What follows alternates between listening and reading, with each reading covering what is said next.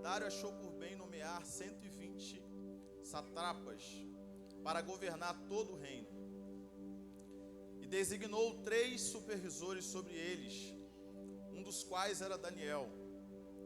Os satrapas tinham que prestar conta a eles, para que o rei não sofresse nenhuma perda.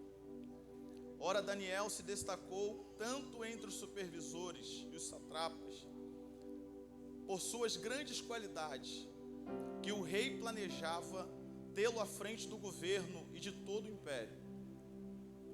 Diante disso, os supervisores e os satrapas procuraram motivos para acusar Daniel em sua administração governamental, mas nada conseguiram. Não puderam achar nenhuma falta alguma, pois ele era fiel, não era desonesto, nem negligente. Pula para o versículo de número 10. Versículo de número 10. Quando Daniel soube que o decreto tinha sido publicado, foi para casa, para o seu quarto, no andar de cima, cujas janelas davam para Jerusalém. E ali fez como de costume fazer, 3 vezes por dia se ajoelhava e orava, agradecendo a Deus. Amém? Abaixa um pouquinho para mim aqui. Glória a Deus. Esse texto, ele é um texto muito conhecido. Todos nós conhecemos a história de Daniel. O Daniel que passou pela cova dos leões. A história de Daniel, ele está vivendo esse período, um período conturbado para o povo de Israel. Período esse que o povo está passando por um período de cativeiro. Na última ministração que eu preguei aqui no mês passado, eu falei a respeito que o motivo do cativeiro era justamente Deus tratando com o seu povo. Não era que Deus queria punir o povo somente, não é que Deus queria castigá-lo, mas Deus queria tratar. E um dos motivos que fez o povo entrar naquele cativeiro foi justamente porque a adoração ela foi corrompida. Então, uma coisa que Deus não permite, não gosta de dividir, é a nossa adoração. Então esse povo agora está corrompido, e para que esse povo venha a ser tratado, esse povo é levado para esse cativeiro.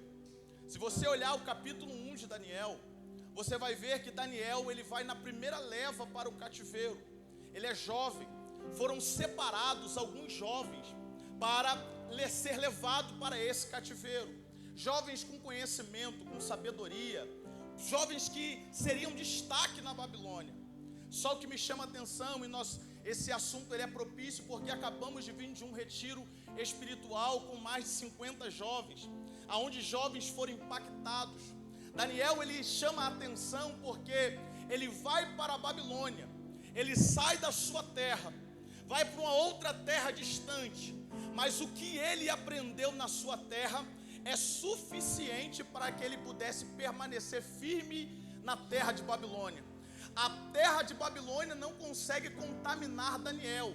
Daniel, ele consegue se manter firme, ele consegue ser influente em uma terra que não é a terra dele. Daniel não abre concessão dos seus princípios e dos seus valores. Daniel não se mistura.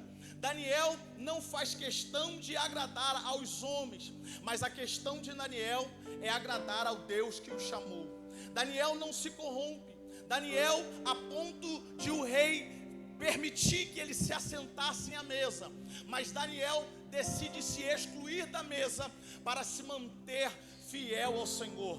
Ao longo da nossa caminhada, sempre surgirão propostas, e a proposta justamente é para que você assente em qualquer mesa, é para que você se contamine na mesa do rei. Mas eu quero louvar a Deus, porque essa geração que Deus está levantando na Senec, não é uma geração que vai se corromper, não é uma geração que vai sentar na mesa do rei, não é uma geração que vai viver de favores do rei, mas é uma geração que mesmo na Babilônia vai se manter fiel. Pregando para alguém aqui nessa noite que decide ser fiel ao Senhor, mesmo com as propostas do rei. Daniel, ele se mantém firme. Fala para essa pessoa que está do teu lado aí: o segredo é você se posicionar. Porque se você não se posicionar diante das pessoas, você facilmente será corrompido. Só que Daniel, ele se posiciona. Daniel não faz questão de participar da panela, William. Ele é quem ele é, não só em Jerusalém, mas ele é o que ele é também na Babilônia. Deus está chamando jovens aqui, Deus está chamando pessoas, não para ser o que é somente aqui na igreja, mas ser o que é também lá fora. É o que Daniel está sendo. Daniel, ele é a mesma coisa na Babilônia e a mesma coisa em Jerusalém. Daniel aqui é jovem, só que o capítulo 6, Daniel já passou dos 80 anos. Daniel já não é mais aquele garoto. Daniel já não é mais aquele jovenzinho. Mas o texto vai nos trazer as informações. Se você ler Daniel, todo o livro de Daniel, você vai ver que o tempo não muda quem Daniel é. Vou repetir.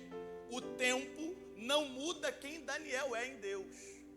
Ele permanece a mesma pessoa em Deus. E no capítulo 6, muda-se o governo. Agora quem está reinando agora é Dário. E o texto vai trazer informação o seguinte, que Dário vai constituir alguns homens para tomar conta, porque o reino é grande, e Dário precisa distribuir algumas tarefas, e ele seleciona 120 homens para tomar conta das províncias. Entre eles, 3 vão ser destaque, vão ser chefe em cima dos 120. Olha como Deus é tão bom, porque mesmo na Babilônia, Daniel está prosperando. Mesmo na Babilônia, mesmo numa terra inimiga, Daniel está prosperando, porque a bênção nunca vai ser somente em um lugar. Aonde você colocar a planta dos seus pés, ali a bênção do Senhor estará. Aonde você pisar, a bênção do Senhor também pisará junto com você. Você vai chegar no lugar, e eu quero profetizar aqui, que na tua empresa, por causa de você, a tua empresa será abençoada. Na tua faculdade, por causa de você, a tua faculdade será abençoada, porque a bênção está sobre você. A bênção nunca estará sobre lugares. A bênção de Deus está sobre a vida da pessoa. Lembra de Abraão? Abraão e Ló precisavam se distanciar, porque agora Deus precisa dar uma ordem para Abraão, em cima de uma ordem que Deus tinha dado, porque Deus disse para Abraão, para ele ir e não levar ninguém. Só que Abraão leva Ló, e o texto diz que os pastores começam a brigar, e agora eles precisam se separar. Agora que ele chega, agora eles precisam se separar. Eles precisam se separar. E aí, eu acho lindo isso aqui, porque Abraão, ele não faz questão de olhar o lugar. Ele dá a possibilidade para Ló: se você for para a esquerda, eu vou para a direita. Se você for para a direita, eu vou para a esquerda. Ló olha as campinas e aquilo agrada os seus olhos. Tem pessoas que aceitam a proposta por causa daquilo que vê, mas Abraão entende que a promessa está sobre ele, e aonde ele pisar, aquela terra será abençoada. E é Deus dizendo para alguém aqui nessa noite: fica tranquilo, não é sobre lugar, é sobre aquilo que está sobre você. Não é sobre a terra, é sobre aquilo que está sobre você. E a bênção do Senhor está sobre a sua vida. Porque é a presença que você carrega que te faz andar por alguns lugares que parecia ser escasso, mas porque você chegou lá. E eu creio nisso, que a tua empresa não era a mesma empresa até você chegar, mas foi você chegar, a tua empresa começou a ser abençoada. A tua família até andava por alguns lugares, mas foi você chegar, e a tua família agora começa a ser abençoada pelo Senhor, porque a bênção não está sobre lugares, a bênção está sobre você. Glória. Ele é abençoado nessa terra. Ele é abençoado. E aí, olha que isso. O rei, ele tem um pensamento. Porque o texto diz que Daniel, ele se destaca entre os supervisores. Eu gosto de uma tradução, porque aqui na minha está dizendo que ele tinha várias qualidades. Só que quando você lê o versículo de número 4, a última parte desse versículo, vai dizer pelo menos 3. Na minha está dizendo que ele era fiel, não era desonesto nem negligente. Em algumas traduções está dizendo que ele era leal. Só que o texto está dizendo que Daniel era fiel, não que Daniel tinha fidelidade. Olha isso aqui, Daniel era fiel. Ele não é uma pessoa que tinha fidelidade. Porque aquilo que eu tenho hoje eu posso não ter amanhã. Mas aquilo que eu sou é quem eu realmente sou. O texto está dizendo que Daniel não tinha fidelidade. Daniel era fiel. Pergunta para essa pessoa que está do teu lado: você é ou você tem?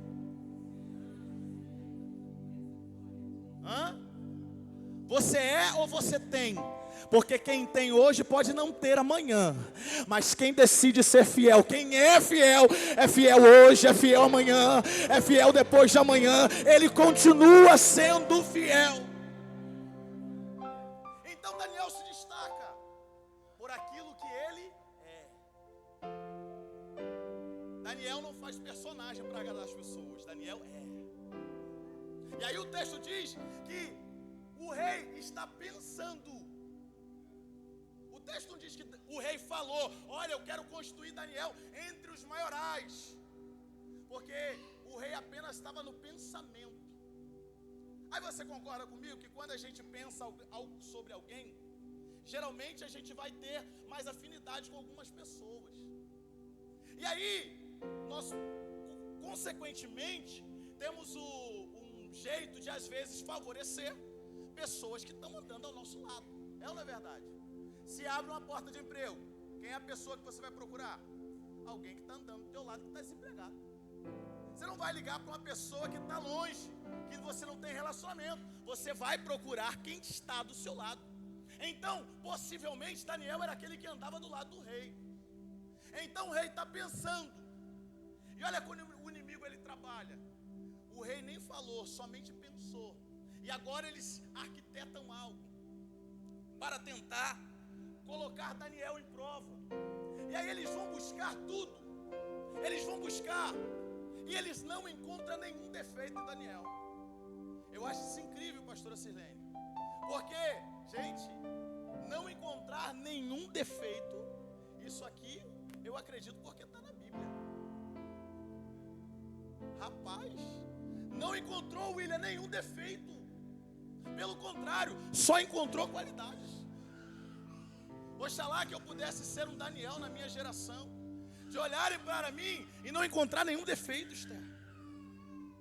Mas o texto diz que eles não encontram nenhum defeito. Então eles falam assim: já que não encontramos um defeito nas atitudes de Daniel, vamos ver na lei do Deus dele. Não é isso que o povo faz? Porque quando não encontra nenhum defeito na sua vida, eles querem te acusar na sua lei, na lei de Deus. Já percebeu que quem é crente aqui não pode errar? E quando erra, qual é a primeira palavra que a gente ouve? É crente. Ué, mas você não é o da Bíblia? Mas você não é pregador? Mas você não é cantor? A primeira coisa que o mundo fala é quem nós somos diante dele. Porque o mundo tem prazer em achar defeitos. O mundo tem prazer em olhar para nós e expor os nossos defeitos. Mas eu louvo a Deus, que o nosso Deus, Ele não olha para quem nós somos, não olha para os nossos defeitos, e mesmo assim Ele decidiu nos escolher. Olha você sentado aqui nessa noite, Ele sabe quem você é, quais são os seus defeitos, o que você já fez no passado, e em nenhum momento Deus joga na tua cara, porque Deus não te escolheu pelos seus defeitos ou pelas suas imperfeições. Ele te escolheu porque lá na frente você vai dar fruto. Ele te escolheu porque Ele sabe que mesmo você hoje fraco, sem capacidade, mas Deus está olhando lá na frente, porque Deus não olha o teu momento, Deus sempre vai olhar para o futuro. Eu gosto de um versículo, João capítulo 15, versículo 16. Depois te dou 2 minutos para tu dar uma saudação, tá? Chegou atrasado.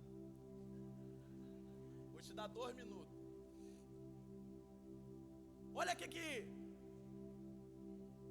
João 15, 16 vai dizer: não fostes vós que escolhestes a mim, mas eu vos escolhi a vós. Você entende isso aqui, gente? Você entende que não foi nós que escolhemos o Senhor, mas Ele que nos escolheu.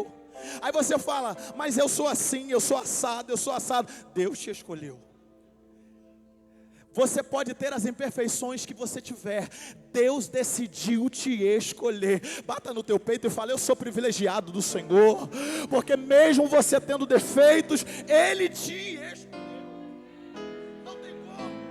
E uma coisa que eu aprendi com Deus, é que Deus não erra. Ele não errou em te escolher, Ele não errou quando te chamou. Então hoje Deus está dizendo para algumas pessoas aqui nessa noite, está na hora de você se levantar, se posicionar e seguir em frente ao chamado que Ele liberou para a sua vida. Está na hora de você exercer aquilo que Deus escolheu para fazer. Ele te escolheu. Aí o rei está pensando e eles não acham nada. Aí quando eles vão olhar na lei do Senhor dele, eles vão ver que Daniel tinha um defeito bom. E qual era o defeito de Daniel? Ele orava 3 vezes ao dia. Olha que defeito bom, gente. Às vezes a gente não ora uma vez na semana. Daniel, e aí, sabe qual é? Que eu tomei umas pancadas de Deus essa semana? Porque a gente coloca a culpa o quê, pastora? No tempo. Mas quando a gente olha aqui, um diabinho que tem aqui dentro, que é o controle do tempo que você fica no telefone. No relatório, o acusador da minha alma, ele coloca que eu fico muito tempo no Instagram. Facebook já não usa mais. Instagram e o WhatsApp é os 2 demoninhos do meu tempo. E a gente chega de noite em casa, cansado, aí a gente fala assim, eu vou orar deitado porque Deus entende.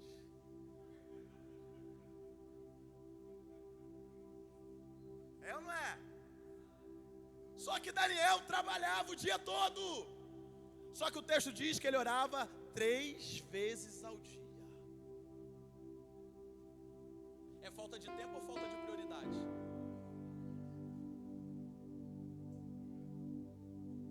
Porque Daniel não coloca desculpa.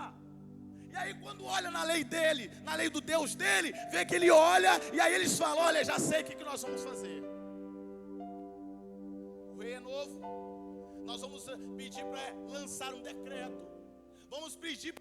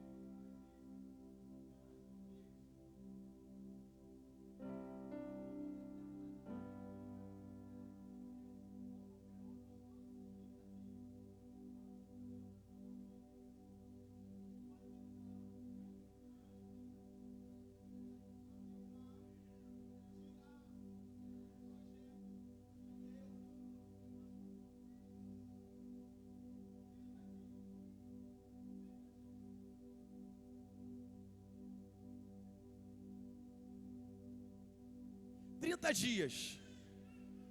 É o que eles estão falando. Durante 30 dias ninguém pode mais orar, ninguém pode mais clamar, ninguém pode pedir favores a homem nenhum, a não ser ao rei.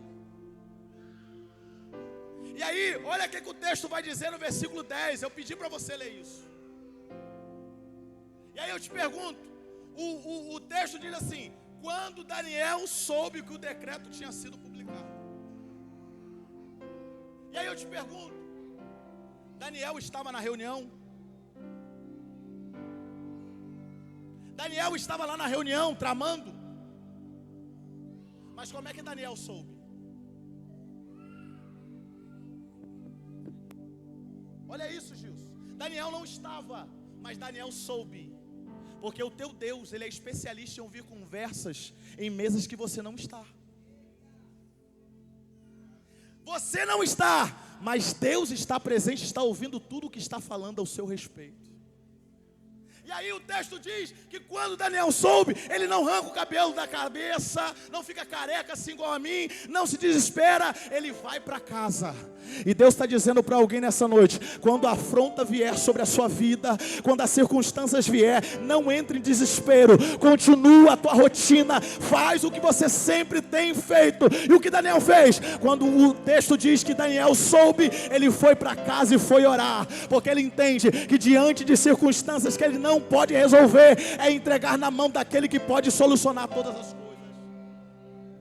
Ele não sabia o que fazer, mas ele sabe: quando as circunstâncias vier sobre a minha vida, eu não vou perder o controle, eu não vou perder a minha noite de sono, eu não vou lá no palácio revidar, não, eu vou para minha casa, eu vou dobrar os meus joelhos e vou falar com quem pode resolver.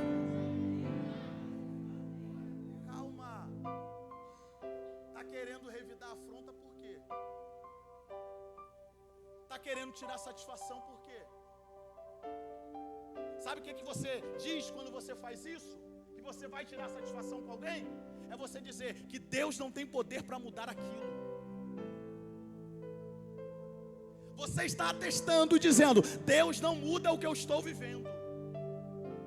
Porque Deus não depende do teu braço para resolver uma guerra. Já teve guerras que Deus resolveu e o povo não precisou nem lutar. Lembra de 2 Crônicas capítulo 20?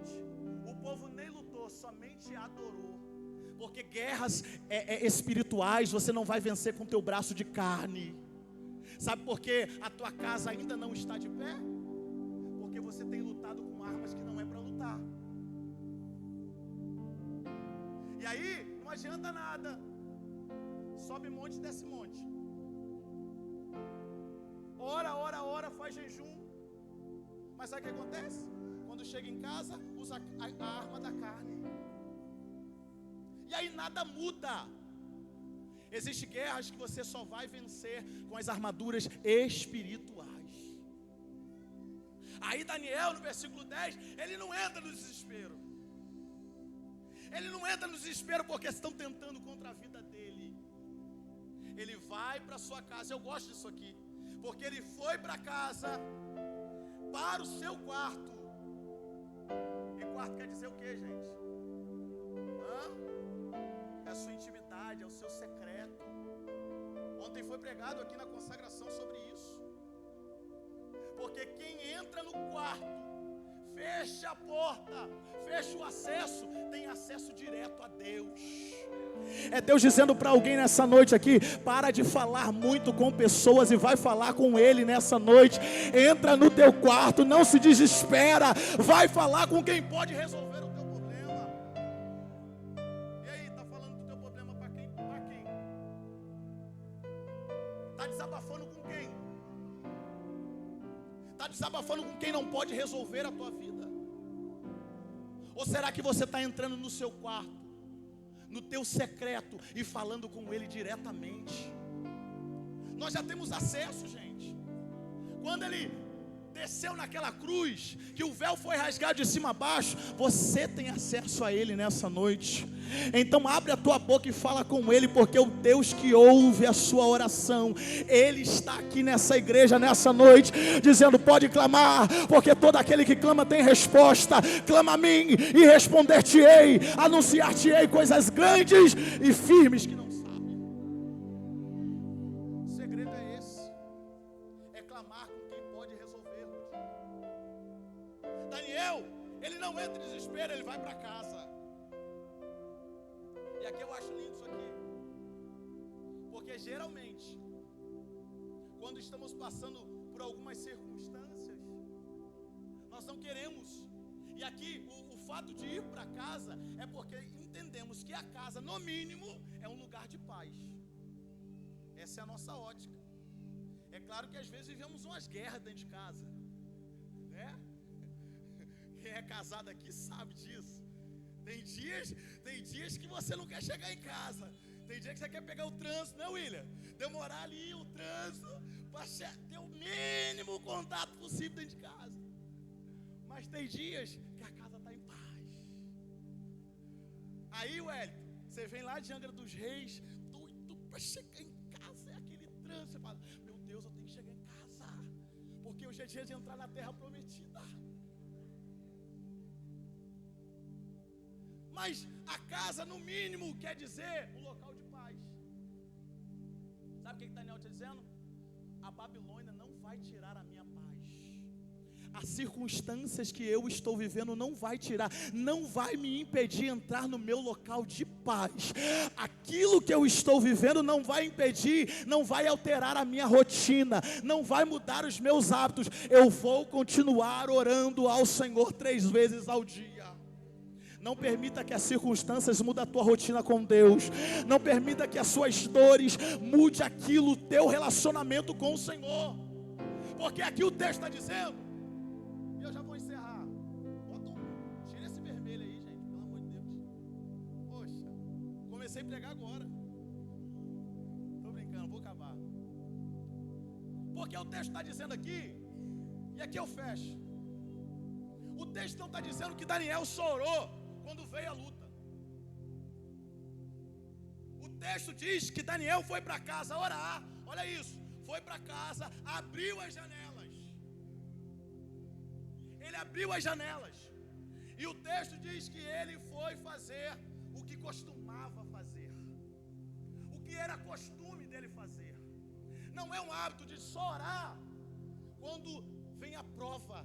Mas Daniel ora antes da prova e Daniel ora depois da prova. Ele é o mesmo antes da prova e continua fiel depois da prova. A prova não altera aquilo que ele é em Deus. As lutas não alteram quem Daniel é no Senhor. Eu quero te pedir para você se colocar de pé.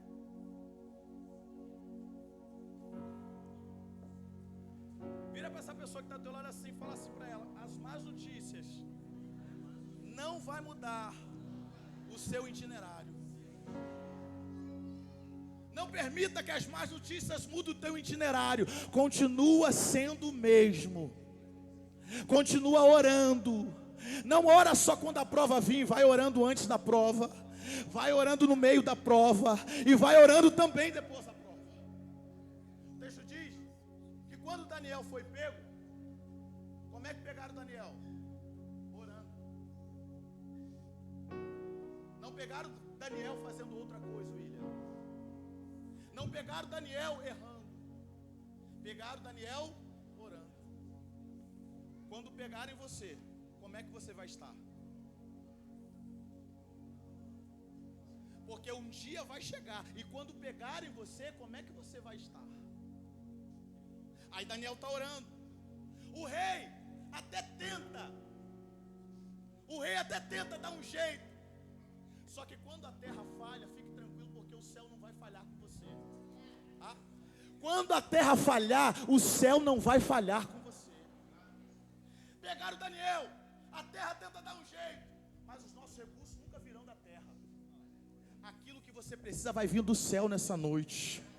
Não espere da terra, espere dos céus. O teu socorro vem do Senhor. É dele que vai vir a resposta para a tua vida. É dele que vai vir o escape para a tua vida. É dele. Pega Daniel orando, o rei tenta dar um jeito, não tem como mudar. Daniel é jogado na cova. Eu acho lindo isso aqui porque Daniel não tenta fazer nada. Ele não tenta se rebelar, ele não tenta fugir, ele não tenta fazer nada. Porque ele confia no Deus que ele serve. Porque adorar a Deus quando tudo está dando certo é sinal de gratidão. Você adora porque você é grato. Mas adorar a Deus quando tudo está dando errado não é só sinal de gratidão, é sinal de confiança. Eu não só adoro porque eu sou grato, eu adoro porque eu confio. Então Daniel é jogado na cova. O rei perde a noite de sono. Já percebeu isso? Descansar em tempos de guerra. Olha o que Daniel está nos ensinando. Quando você não sabe o que fazer, não tem como resolver a tua guerra, os recursos da terra se esgotam, confia naquele que pode mudar o quadro da sua história nessa noite. porque ele vai descansar. Eu acredito que essa noite da fornalha foi a melhor noite de Daniel, porque ele é colocado dentro de uma fornalha, coloca uma pedra para que Daniel não fugisse daquela fornalha. Só que eu acho lindo que o rei perde a noite de sono,